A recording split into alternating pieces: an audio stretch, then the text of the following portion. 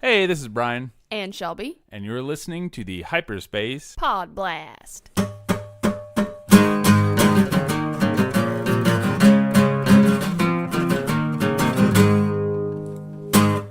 Aren't you a little short for a podcast? Huh? We been searching the briny depths and we come up with a podcast for ya. What? Hey, man, it's hard to keep coming up with something different. All right. Give me a break. So what are we talking about today, Brian? Today we are talking about Star Wars Battlefront II, the story and sort of the overall experience of the game. Cool. Absolutely. So what did you think? How did the campaign flow for you? How was it? Was it good? I think that the story was awesome. I really enjoyed it. I know that you didn't actually physically play it. You watched me play it. I did. We'll get to that later when we talk about the gameplay. But yes, it was an enjoyable experience. So for those of you that aren't gamers, that have no interest in playing the video game, I'm sure you can find on Twitch or YouTube someone's playthrough where you can watch and experience the story, and it was actually pretty good that way. And I'm sure there's people that are recording their 4th or 5th playthrough, so they do it really quickly and it's more of a story than they don't die and all that kind of good stuff. Don't watch me play.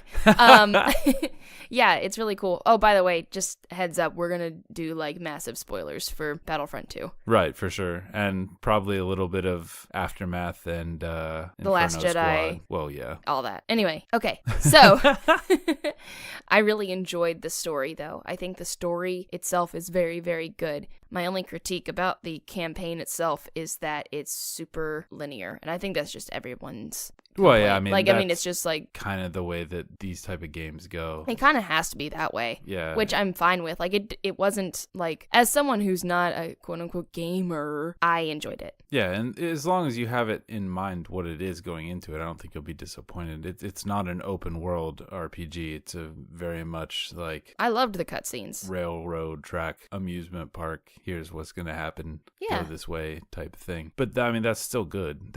You're just a part of a story that you don't get to do anything but act out the motions, basically. Yeah. I think a lot of people are used to these kind of stories where you get to pick and choose what you do, like Horizon Zero Dawn, for example. Oh, yeah. I mean, that's awesome. If that's what you're into, then play that game, not this game. I think a lot of people are hopeful for a Star Wars game like that, but oh, gosh. Unfortunately, things are not looking good on the Star Wars video game front. That is definitely, if I had a main complaint about Disney's takeover, their gaming has been terrible, especially considering how much Star Wars gaming had going for it beforehand. But the only thing that's really good right now is Star Wars Destiny. Yeah, I'm talking about video gaming, not like gaming in general. Yeah. Fair enough. It seems like the only thing they're making now are Battlefronts and freaking mobile games out the wazoo. I'm not into mobile gaming. Yeah, so forget that garbage. Mobile as you play your Star Wars game all the time on your phone. I actually play Clash Royale now. It's not even Star true. Wars. But I'll get tired of that in a month. So what would you say are some of the strong points and some of the weak points? For me, I had 2 main strong points, and that was the entire Luke Skywalker part where you play as absolutely Luke. agree. That's my highlight. The best writing of the whole campaign. I can't say enough. Like, if you watch The Last Jedi and you were like, that's not my Luke Skywalker, play this game. And you'll get your Luke Skywalker. It's like the classic Luke Skywalker, like to a T. And it like just fills your heart with so much Luke love. Mm-hmm. Like, I can't even explain how much I enjoy it. Like, they got his face the way it should be. Like, his expression and his voice is amazing. Yeah, it was all done really well. The script itself was just... That's the best part. I loved it. They I loved nailed it. the character perfectly. Yeah, and the tie-in that it has to The Last Jedi is pretty cool. Yeah, true. It's a, I don't know, little homage. We don't really know what the compass did. Right, so he gets a compass from Pilio, and then you see it. Yeah, among his things there in a quick little scene, as they do in Star Wars. Quick little, blink and you miss it. Yeah, but knowing the story behind him getting it and that relationship with Del, and how that basically, that one exchange that Luke had and the mercy that he showed for Del Del changed really everything, because if that hadn't happened, I mean, you wouldn't have Iden and Del as part of, I mean, because I just don't think that Del's heart would have been changed. He had doubt, and Yeah, he definitely, they sow that in Inferno Squad, on both of their parts, honestly. The fact that they're a little softer than like Hask. Gideon, who decides to just kill everyone. Who I think like the most out of all the Inferno Squad, which kind of makes me a bad person, but that's okay. But Luke recognizes that. You can tell that he recognizes it, and he kind of extends that compassion and kind of waters it and lets it grow inside of Del. I don't True. even know where I was going with that, but No, it's a very good plant metaphor. I do agree. That's probably the strongest point. Yeah, like if you're like, I just want to watch one part of this game to see what it's like. That's the one you should watch. Pick up the Luke Skywalker segment and you'll be like, whoa, that's some quality Luke Skywalker. So my other one actually has to do with another classic character and a brand new character. Oh, I think we have the same ones, basically. Is it? Yeah. Is it Lando and Shriv? Oh, yeah, on Sullust. Yeah. Yeah. It's, oh man, we need a buddy cop movie with Lando and Shriv. Like, Shriv is... you wouldn't believe. Shriv would probably be my favorite character from Battlefront II, which is really hard to say because I wanted to love Iden so much. I mean, I do love Iden so much. It's just Shriv blew it out of the water. Yeah, he stole the show. He really did. He did. I think he's awesome, especially in the DLCs. Getting more Shriv in the DLC was great. Yeah, I don't think they knew that was gonna happen. Like, I don't think that they think knew he that was Shriv kind was of just like a goofy side character. Let's give him some funny lines, haha, whatever. His dry sense of humor is the best. And he and Lando play off each other so well. If I die here, I'm glad you will too. Yeah. Well, thank you, buddy. Just, oh my gosh, I love it. I love it. That's probably my favorite like set of lines in the whole thing. Yeah, I think that as good as the Luke we just gushed about was, that part is probably it was probably the most fun to play. Yeah, well, to have their, and also as you're well, I guess I was playing it and it was so fun, just the banter back and forth while you're playing between the two of them. It's Exactly. so I found it to be the most fun. I thought the most interesting and like impactful for Star Wars was the Luke portion, but this portion with Shriv and Lando was just so enjoyable. Yeah, it was terrific. Did you have anything else, or do we literally pick the two things we like the best? Yeah, that's that's it. Well done. So So weak points. yeah, well, actually, just to be different, I'll throw in one thing. I thought it was really cool at the beginning of the game how you get to be the little droid. Oh yeah, that was so Because cool. I did not see that coming, honestly. Being Dio Yeah. was so cool. I love that droid. And also, like, as a lover of droids, Dio's amazing. And I can't wait to find someone on the internet making a Dio, like a drone or drone something. droid. Yeah, that would be Yes. cool. I'm sure someone's trying right now. Good luck. I believe in you. But Dio is so cool. And I also love that part too, because Iden, when she's still like badass Iden, is great. Yeah, she does. And I have a love her very- relationship with her droid. Like, that's very cool. I like seeing an Imperial droid relationship, because usually when you see a droid human relationship, it's part of the rebellion or resistance. Right. Yeah, you have the one Inquisitor that has the previous version, the ID9, but they don't really have a relationship, so to speak. It's really just a tool for her. Like, Where- seeing Iden get upset about them saying that they're slicing into your droid right now. Mm-hmm. I love her getting so upset about that. Yeah, it's cool. It is a lot more of a Anakin R2 type of vibe than you usually get with the Imperials. I'll agree with that. And it just like shows Imperials as being more human, which I'm Of always course, down for. those Imperials end up turncoating and becoming rebels, so Yeah. Which throws that also- into the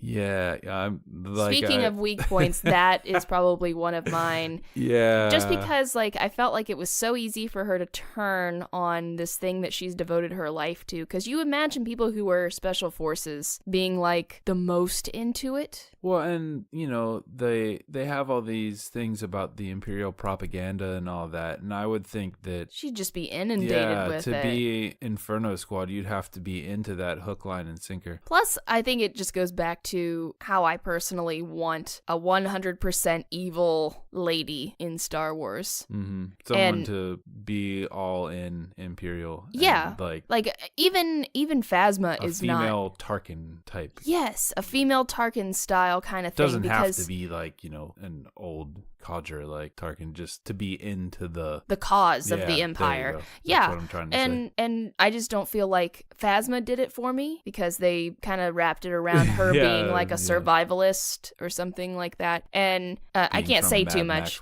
I can't say too much because I didn't read Phasma.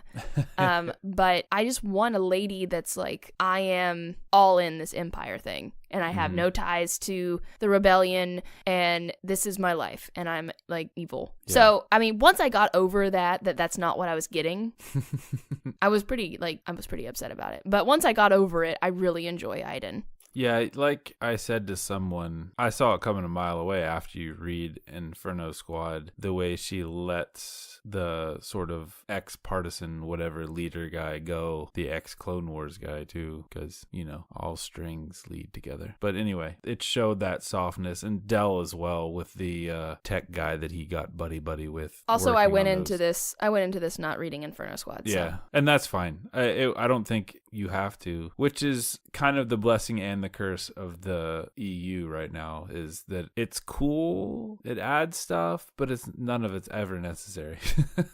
Which is, like I said, both good and bad, I guess. I also felt like a weak point, and it makes me upset that this was a weak point, but I didn't really enjoy the Leia portion too much when you play as Leia on Naboo. Now, let me say, though, that playing as Leia on Naboo, like having Leia fight on Naboo, is so cool. To know that Leia has been to Naboo and fought against the Empire. That's awesome. Yeah, there's a lot of cool little overarching story tweaks like that. And with Han, playing as Han, talking to Maz, trying to free the Wookiees. Right. That's so cool. But the reason I think that the weak part was Leia on Naboo is just I didn't feel like her writing was that great. Mostly because it seemed like it was trying too hard to be Leia, this amazing leader. I really enjoy hearing Leia as kind of more I don't know how to say it, scrappy, or... She's kind of like the people's leader. You know what I mean? She's not... this benevolent... Yeah, exactly. I don't know. I would agree. They kind of get her wrong a lot, it seems, recently. And they try to hit,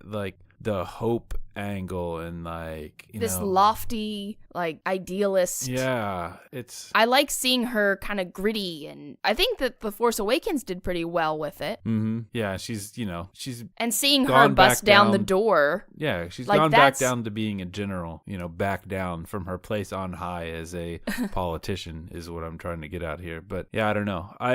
To be completely candid, I don't really even remember the Leia portion, so clearly it didn't make much of an impression. I like the eye rolling Leia. I like that Leia. So that's why I felt like it was weaker, just because it tries so hard to be this brilliant, driving force. Yeah, like I said, I think they've gotten Leia's spirit wrong more often than they have right in a lot of the EU stuff. And while it was interesting, I thought at the end the Kylo probing Del's mind part was just really weird. It was just strange. Yeah, it's interesting to think that that's what happens when he goes in. Yeah, that's a very cool addition, but I found it to be just real strange. I didn't know what to think of it.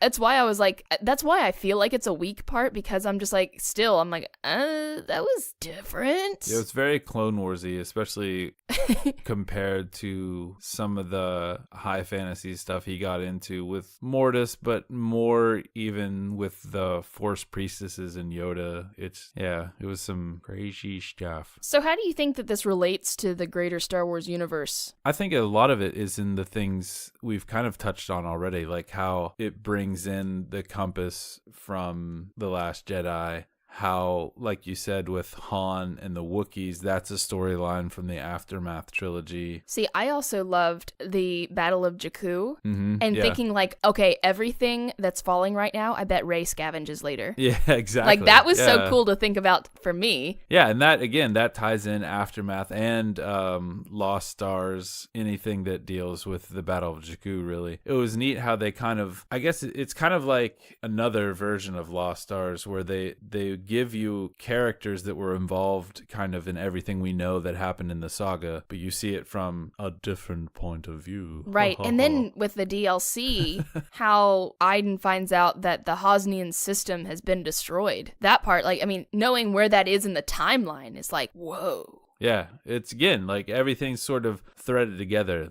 It gives it a small galaxy syndrome, but also a large in a cool galaxy way. syndrome. Yes. Yeah. Small galaxy, but also large galaxy at the same time. It's like, Yeah, these just- people were here the whole time and you had no idea. Right, exactly. So many more people were involved than you really think about. And their stories are very interesting too. Exactly. I love her daughter, and I love her relationship with her daughter, because I think that that's something that we don't always see, is this really interesting mother-daughter relationship, and it's also one of the few times that we have such a positive relationship between parents and children in Star Wars. Yeah, and of course, what do? Kill I know. them both. Kill them both.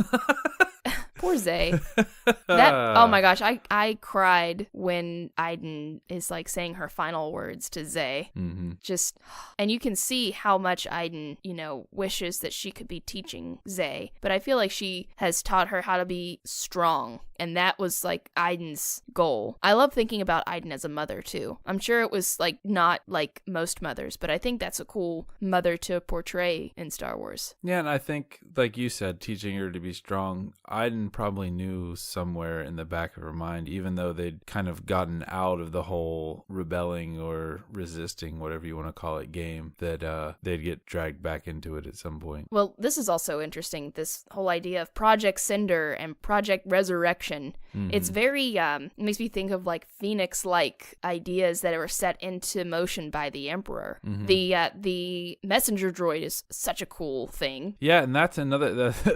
It's weird the takes they did on the Star Wars universe here, because you have that whole sort of high fantasy take with the Kylo thing, and then you have a very, very sci-fi thing with the messenger droids. But those were cool. Yeah, and I mean, of course, I guess that wasn't something that they came up with. They're pulling that from other places as well, so that's just yet another tie-in. Because I think that started in the Shattered Empire comic, or maybe it's also from Aftermath, or both, I don't know. But yeah, the whole idea is there's so many things in Battlefront 2's story that connect to other things that exist in Star Wars. It makes for a very cohesive sort of experience. Yeah, and I just wonder how this is really going to play out, because it's the idea of cinder, burn everything up, and then resurrection. Like, does that mean resurrection of the Empire? I'm pretty sure, yes. Or, I mean, just the Empire, or does that also mean, like, the Emperor?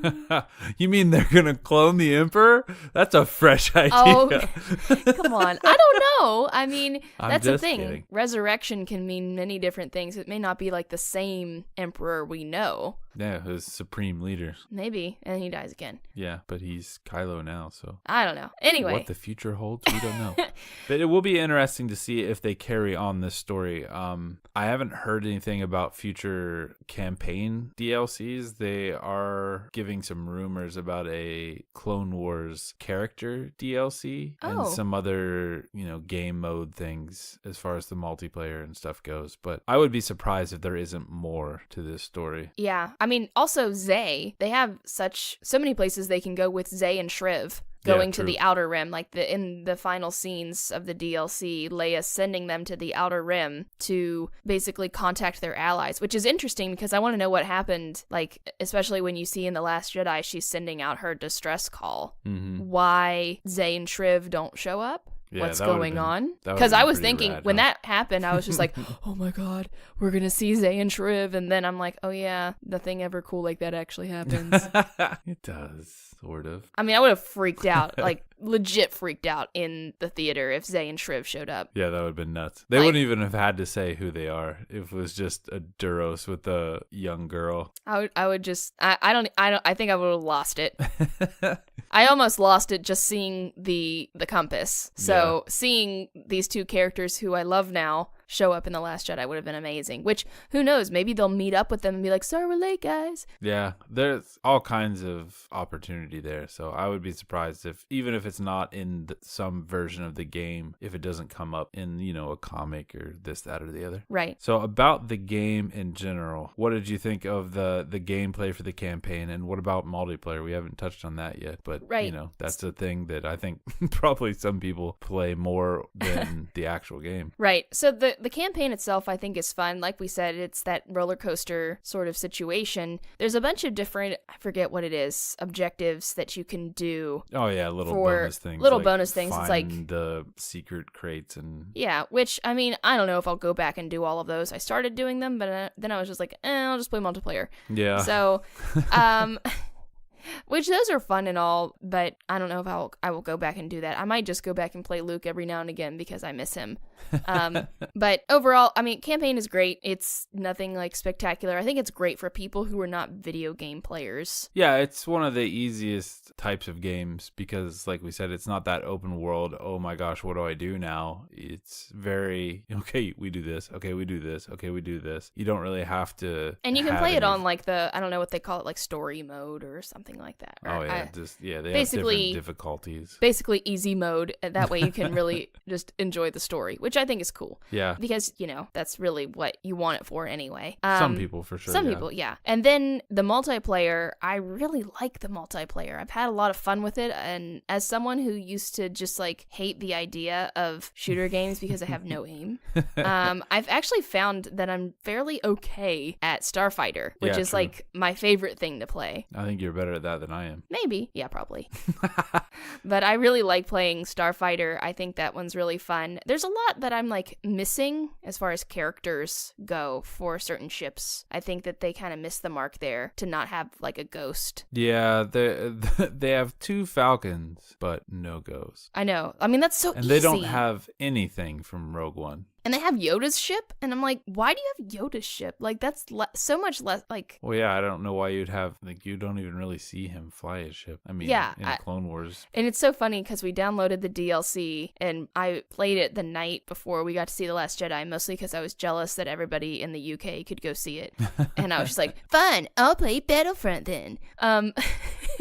And we saw the new ship that was Tally's, and I was like, who's that? Yeah. What is that? Yeah, we had no idea. And then we went in, and I'm like, Tally, I can't wait to play you when I get home. A-Wing, yeah. True. But I mean, I love the multiplayer for that. The shooting part's fun too. I really think that my favorite for Galactic Assault is the Kashyyyk map. I really like that one. That is literally my least favorite. I know. I like it. And I also like the cloning facility. Yeah, that one's fun. That the one's Camino really one cool. Is good. Camino's great. And I really like playing as the droid army though. Yeah, that's the best part because they say the funniest They things. really do. Good luck, turret. Good luck turret is my favorite. Yeah. When you set down a turret as an officer, that's awesome. Yeah, and I don't know. It's one of those things. It might just be me, like that. I get tired of games, but I don't ever find myself thinking, "Man, I really want to go play Battlefront," because it's one of those things where it just became repetitive, and I don't really have anything that I'm working toward. So it's lost its interest for me. And the campaign, like I said before, I didn't even finish it. I started playing it, but once you know the story, you realize that the campaign is a gigantic tutorial for the multiplayer. Oh yeah, which was great for me because I haven't played video games in forever. So yeah, but like, it does it really sneakily, but for different missions, Iden uses different guns, so it gives you like experience working with all these different weapons, and you have to use different heroes for different things. So and sometimes you have to drive the AT-AT. Right, you get experience doing or all do the the different ATSTs, things stuff that like you that. do in the multiplayer. It is basically the the largest, most complex tutorial for a multiplayer ever. Yeah. I just found it really boring, unfortunately. Yeah. So your overall experience is boring? For the campaign, yeah. If I would have played it like on my own without having known the story, I'm sure it would have been great. But already knowing where everything goes, it's kind of tedious to play through. I just wanted to be like, okay, I'm going to play multiplayer for a while. And that was more fun at the time. Yeah. I say my overall experience was really good. I had a lot of fun with it. I don't play it much anymore because life has kind of gotten in the way and taken up all my video game time. I really was enjoying all the different objectives that we had whenever it was The Last Jedi. Yeah, when they kind of had things to do and a reason to do them, it was a little less monotonous. And to get I wanted to make sure I unlocked all the characters. I know some people were complaining about that. I'm like, that's just part of the game. Like, yeah, you just play more. I guess I don't know. Points to unlock them were really high at the beginning. I don't know. I didn't keep up with all that kerfuffle with the pay to play and yada. See, I had yada, fun yada. with it. I did. I had a lot of fun playing and unlocking all the characters. That was a fun goal. I still haven't gone through the couch co-op, clearing all of those by the different levels. That could be fun. But at this point, I don't know if I'll ever do that. There's some other stuff I'd rather play. Mm-hmm. Yeah, I like the game. It's definitely worth buying if you're a Star Wars fan and you like that kind of game. And the story is very fun to experience. It definitely needs to be lauded for being leaps and bounds better than that first one they brought out. That game was a half-baked game. Yeah. It really was. It came out not done. The final product was what it should have shipped, and then it should have had DLCs to add after that instead of, almost 2 years later coming out as a game that was worth the $60 you paid for it. But yeah, I don't know. I know it sounds like we're like ending on a really like wah note, but I was going to go this. even deeper and be all like QQ about the fact that new Star Wars video games are kind of disappointing in the overall genre, but I won't do that again. I already said it once. Come on, Disney. But there's a lot of things that they could add to Battlefront that would bring me back in, and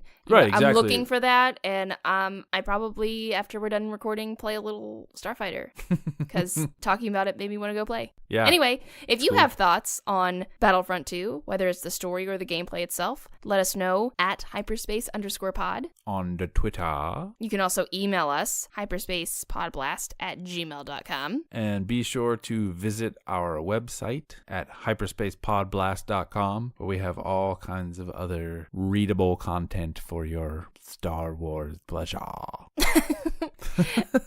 And if you'd like to put together some thoughts about Battlefront 2 that are too big for a very long thread on Twitter. Don't do threads. Brian has a thing against threads. Send us a blog post draft and we will review it. And maybe you'll see it on hyperspacepodblast.com. And if you're really into the story of Inferno Squad and you want to listen to Iden Versio herself read it to you, go to www.audibletrial.com/hyperspace. Get yourself a free audiobook and a 30-day trial of Audible. All right. We'll talk to you later, guys. Bye. Bye.